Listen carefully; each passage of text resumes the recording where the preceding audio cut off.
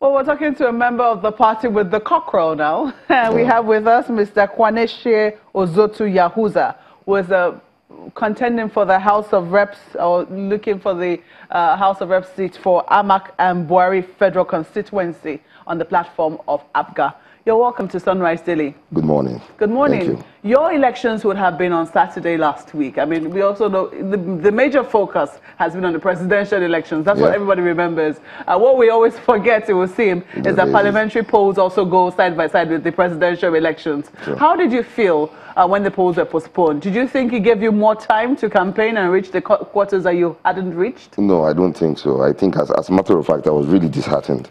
You were? Yeah, I was, because I felt it was a ploy. I still feel it was a ploy by the bigger parties to get rid of the smaller parties. Why? As a matter of fact, my party just finished mobilizing our party agents. Just basically roughly 3 hours. All parties talk about mobilization. Yes. In other words, we're talking about money, right? Of course, yes.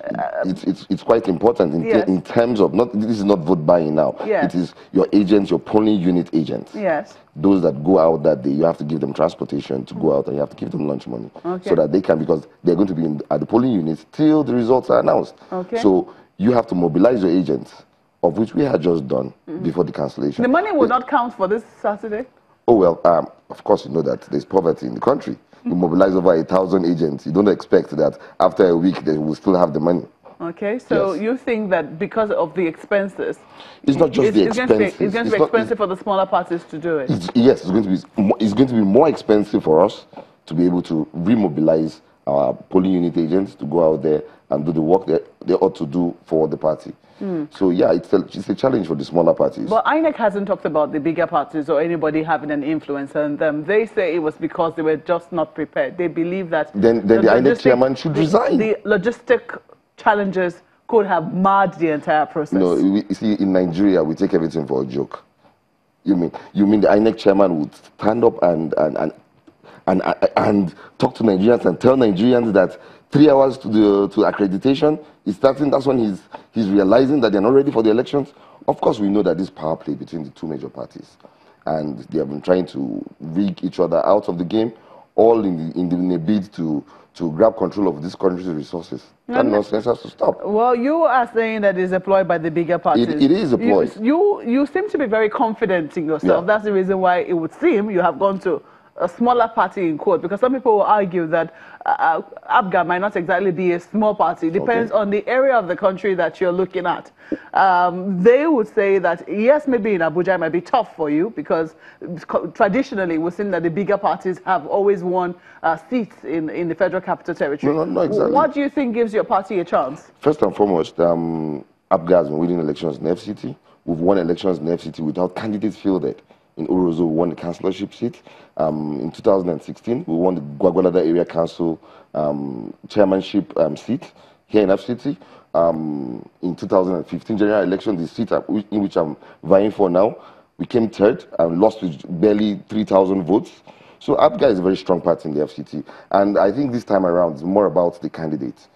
Nigerians are looking beyond, apart from the presidential election, in other seats, Nigerians are looking beyond party lines. Some people are voting a certain party for president and a certain party for senate and a certain party for House of Reps. And that is because they're looking at the quality of the candidates that are coming and what they stand for, what their pedigrees are.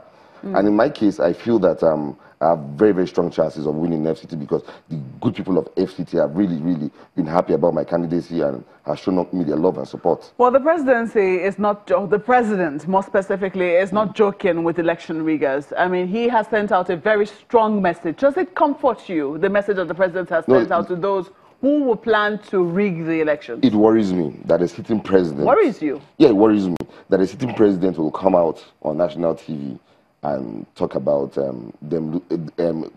ballot box snatchers losing their lives.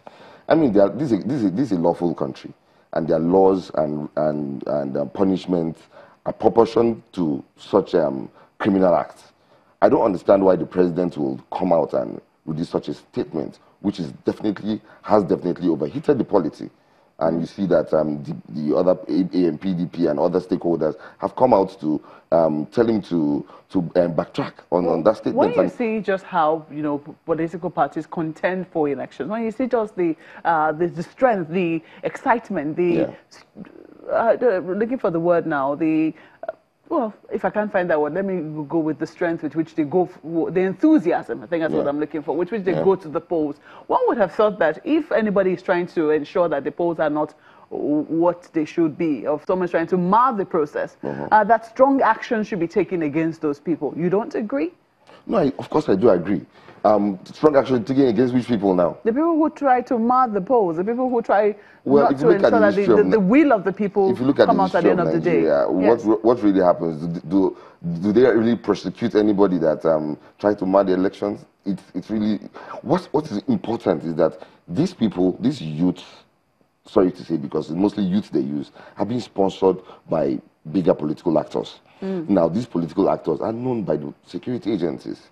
What do they do in terms of persecuting such people? Because that's where it starts from. You have to prosecute the sponsors. So when the president sends out such a strong message, you don't think that should deter those people, youth or politicians? Well, I don't know about the criminal law, fully about all the details about the criminal law in Nigeria, but is that the punishment supposed to be appropriated to a ballot box snatcher? It's a terrible thing to snatch ballot box. It's a terrible thing, but there should be an offense. There should be a punishment for that, not the president coming out and saying that they will shoot them. Because that's basically, he just stopped short of saying that. Well, I was going to say he did not. He just stopped short of saying that. You're doing that at the expense of your life. Of your life.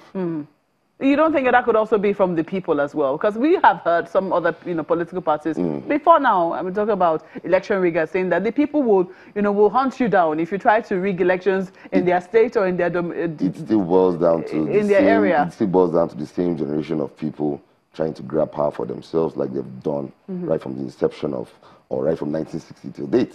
They're trying to grab power. This is a time where they need to do everything within their power, and whether it costs Nigerians their lives or it costs the economy harm to just get in there and continue the looting and enslaving the people of Nigeria. I condemn it in its entirety. What kind of difference do you think that your party can make in the National Assembly? When you look at the number of people, because normally we know that the two major political parties will dominate the numbers in the National Assembly. Unfortunately. What difference do you think that your party, if you're elected, for instance, can make at the National Assembly because it's about numbers? Oh, well, there's a famous saying that says, one small voice can teach the whole world the song. If I emerge the winner in this election, I believe that what I stand for, the values I stand for, will be seen as a small voice, but it can teach Nigeria a song and it can teach the whole world a song. And because of what I'm bringing on board, onto the table, I think the most corrupt institution, sorry to say, in Nigeria is the National Assembly. And I intend to take that fight to my colleagues. To first of all, make them accountable to the Nigerian people. Okay, we'll ask you how when we come back from this break. He says he's taking the fight against corruption to his colleagues in the National Assembly. In just a moment, please stay with us.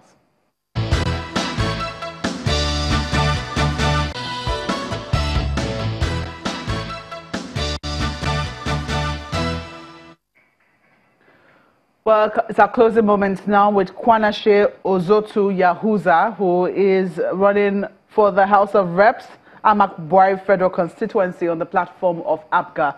You have said that you're going to be taking the fight against corruption because the National Assembly is perceived to be one of the most corrupt institutions in the country. You're going to be taking that fight against corruption to your colleagues. Yes. Are you presuming that your colleagues will be corrupt, or what is the what is that based on? It's based on what you said last, that the National Assembly will probably be dominated by the two major parties, which is the APC and the PDP. And if it is dominated by these two major parties, then we can expect corruption to continue, because that is what these two parties have always stood for, right from the 1999 till today. So we know that their system, it's even the candidates they field are candidates that are already ready, to perpetrate such acts against Nigerians. What I intend to do when I get into the House is, first and foremost, the voting, especially voting in terms of bills, and should be made public, just like it's done in the United States. Every member that votes on anything on the House, we must know their names and whether they voted yes or no. Because this is an avenue where politicians come through the back door to bribe legislators to vote against a certain bill, whereas their constituents are not aware whether they voted yes or no on a certain bill or issue. So that is the House members need to be accountable. The National Assembly, they need to be accountable to the people that send them there. When they go back home, their people need to be able to ask them, why did you vote yes or no on so and so issue? And on that basis, can recall them. Well, the recall process, we've been told, is almost an impossibility. No, but we also need to make sure that, okay, if we can get that right, and we go to the House, and we now start working on the recall process, amending the recall process, to make it easier for constituents to call their representatives back, we will still know who are those that are against the recall The members of the National Assembly will want to make it easy to recall them. You really see that happening? It's accountability. That's why I said one small voice can teach the whole world the song. I'm the first and only politician in Nigeria to take his manifesto to court, to get it notarized in court. Meaning that everything I said I would do, and if I don't do it, every constituent in Ahmad Buhari can take me to court. That's accountability.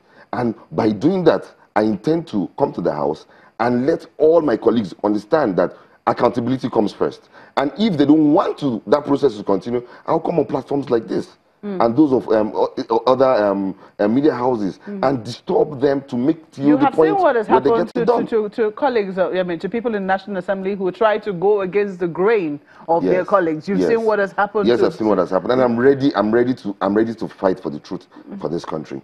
6 months ago, I never knew I would be a politician. 6 months ago, I was not in the race. I was pressured to come into the race by well-meaning Nigerians who felt I had the pedigree, who felt I had the desire and the energy and passion to come in here to change everything. That's why my slogan still remains that one small voice can teach the whole world a song. And when I get in there, I believe that I will start to teach, APGA will start to teach Nigeria and the National Assembly a song. Well, it's a fine place to live it. Kwanache Ozotu Yahuza is a member, beg your pardon. Is running for the House of Reps for Amak and Buhari Federal Constituency on the platform of APGA. We wish you all the best. Thank you very much. Well, that's the program today from Abuja. Thank you so much for watching. And Maokwe Ogun Yusuf is back to you, Chamberlain. Oh, yes, indeed. I'm Chamberlain Oso. And I'm Ayo Makinde. Have a wonderful day ahead.